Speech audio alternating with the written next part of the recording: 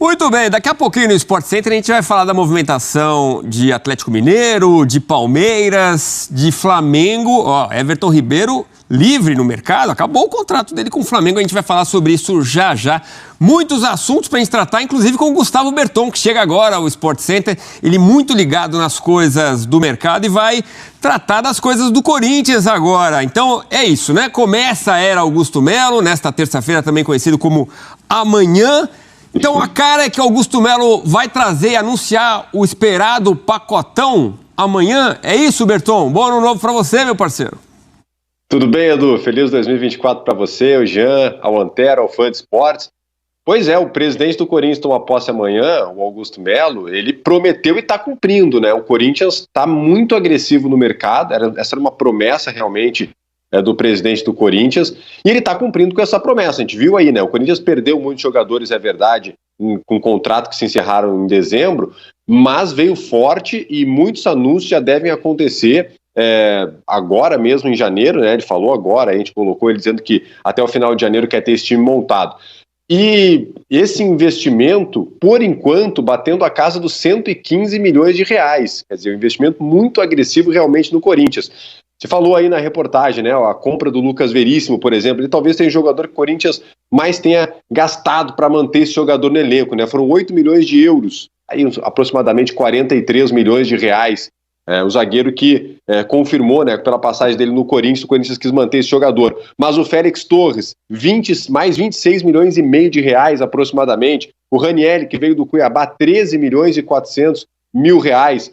Para manter o Michael dentro dessas cifras que a gente está falando, até não foi tanto. O Michael ficou em aproximadamente 2 milhões e 700. Mas o Corinthians foi nesse mercado, está investindo bastante dinheiro e ainda não para por aí, né? Busca também mais atacantes para compor esse grupo. A gente sabe que tem conversas adiantadas, por exemplo, com o lateral esquerdo, o Hugo, o Diego Palácio, que você falou aí também, é um jogador que o Corinthians conversa, pode chegar também nesse elenco, pode ser anunciado. Quer dizer, o Corinthians está indo forte no mercado, está remontando o seu elenco e não está poupando esforços, nem físicos para ir atrás de jogadores, mas muito menos financeiros, porque o Corinthians está gastando bastante nesse mercado para montar um bom time para 2024, Edu. Legal, Berton. Daqui a pouco a gente conversa mais, meu amigo. Olha, ô Jean, eu queria tratar... Primeiro, vamos lembrar do Moscardo, que muita gente já dava a saída do garoto como certa, né? Para o Paris Saint-Germain, mas ele teve uma contusão, vai passar por operação.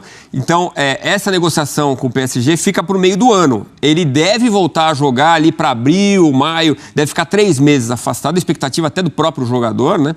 E então é um cara que dá para contar como saída. Mas outros jogadores importantes, como a gente destacou, saíram do Corinthians, outros chegaram. Essas peças que chegam repõem ali as perdas? Eu acho que está muito prematuro para a gente dizer... Na verdade, o Corinthians, se a gente contar a saída do Moscardo, já perdeu 9 jogadores, pode perder 11, 12, contratou 6. Quer dizer, então, numericamente, a resposta é não. Mas, evidentemente, acho que o Corinthians precisava de uma reformulação, né? Precisava de uma mudança, precisava rejuvenescer também o seu elenco, foi uma questão que a gente falou muito durante o ano passado. Então, acho que o Corinthians começa a fazer um trabalho de reposição. Por isso, assim, é claro que a questão financeira ela sempre vem à tona quando a gente fala de reforços do Corinthians. Porém, considerando que o negócio com o Moscardo vai sair, o Corinthians recebe praticamente esse valor que o Berton citou a respeito, né, dos gastos em contratações até aqui, só pelo Moscardo. É claro que na hora que você se livra de 9 jogadores, 10 jogadores, você vai precisar contratar.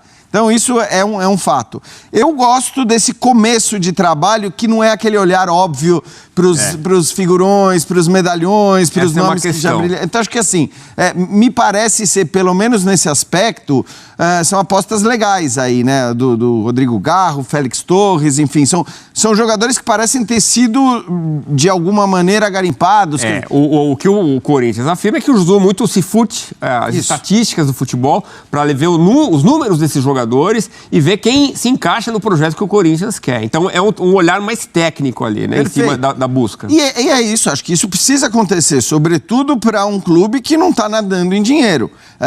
Acho que muito se fala sobre o dinheiro que o Corinthians está gastando, teoricamente, sem poder, mas ele precisa reformular o seu elenco, ele precisa refazer o seu elenco, não é nem reformular. A partir do momento que mandou tanta gente embora, ele precisa contratar. O importante nesse aspecto, e eu entendo quem faz a cobrança constante, é que o Corinthians seja transparente em relação a esses números. Ó, estamos fazendo isso, por isso e por isso, a dívida é essa, o dinheiro para pagar vai ser esse.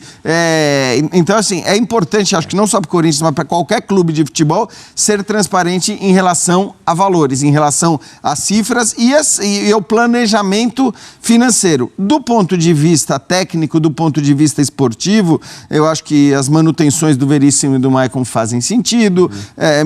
Já disse, né, os jogadores que foram contratados não foram aquelas obviedades midiáticas ou de jogadores... E daí quem você destaca? O Félix Torres? Eu acho que o Félix Torres, o próprio Rodrigo Garro, acho que é um jogador interessante, que pode ser... eu confesso que não vi... Mas a gente se informa no momento em que a contratação é anunciada. Eu não vi ele jogar 30 vezes para dizer. Mas conversando, inclusive, e lendo a respeito da opinião sobre ele de companheiros nossos de outros países, inclusive, a gente vê que parece ser uma aposta interessante. Então, eu acho legal isso. Ser uma busca de alternativas que saia um pouco do óbvio, que saia um pouco daquela ideia de repatriar o cara badalado, de repatriar o cara que já foi ídolo. O Corinthians fez muito isso na temporada passada, ou mesmo de ir atrás de nomes mais midiáticos, indiscutivelmente de qualidade, mas que custam um valor absurdo, como pode inclusive ainda ser o caso do Gabigol, porque parece que as negociações elas estão andando.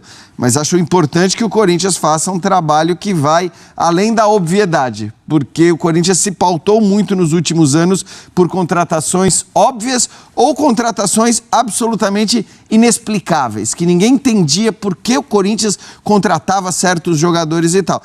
Esse começo parece ser um começo com um caminho diferente, mas é bom dizer, toda vez que você contrata um caminhão de jogadores, você tem que estar pronto para que uma parte deles não surta o efeito que você espera. Isso é normal no futebol, em qualquer time, por melhor que seja o planejamento, a busca, a escolha, no futebol você tem diversos fatores que fazem com que toda a contratação te traga automaticamente um risco. É isso aí, terça-feira, então, amanhã, muitas novidades são esperadas para a posse do Augusto Melo. Vamos ver. Pode trazer novidade de patrocínio, ele falou sobre isso, né? Sobre, de repente, uma troca do patrocínio em relação à gestão anterior, né? Ele disse que tinha um contrato. Vamos ver, amanhã o Sport Center promete. Por isso que eu acho que assim, o encaminhamento do mercado tá legal, aparentemente, por essas notícias. Agora, as entrevistas, eu acho que assim, ele tem falado muito, ele tem anunciado muita coisa, tem prometido, e isso depois da campanha já ter terminado.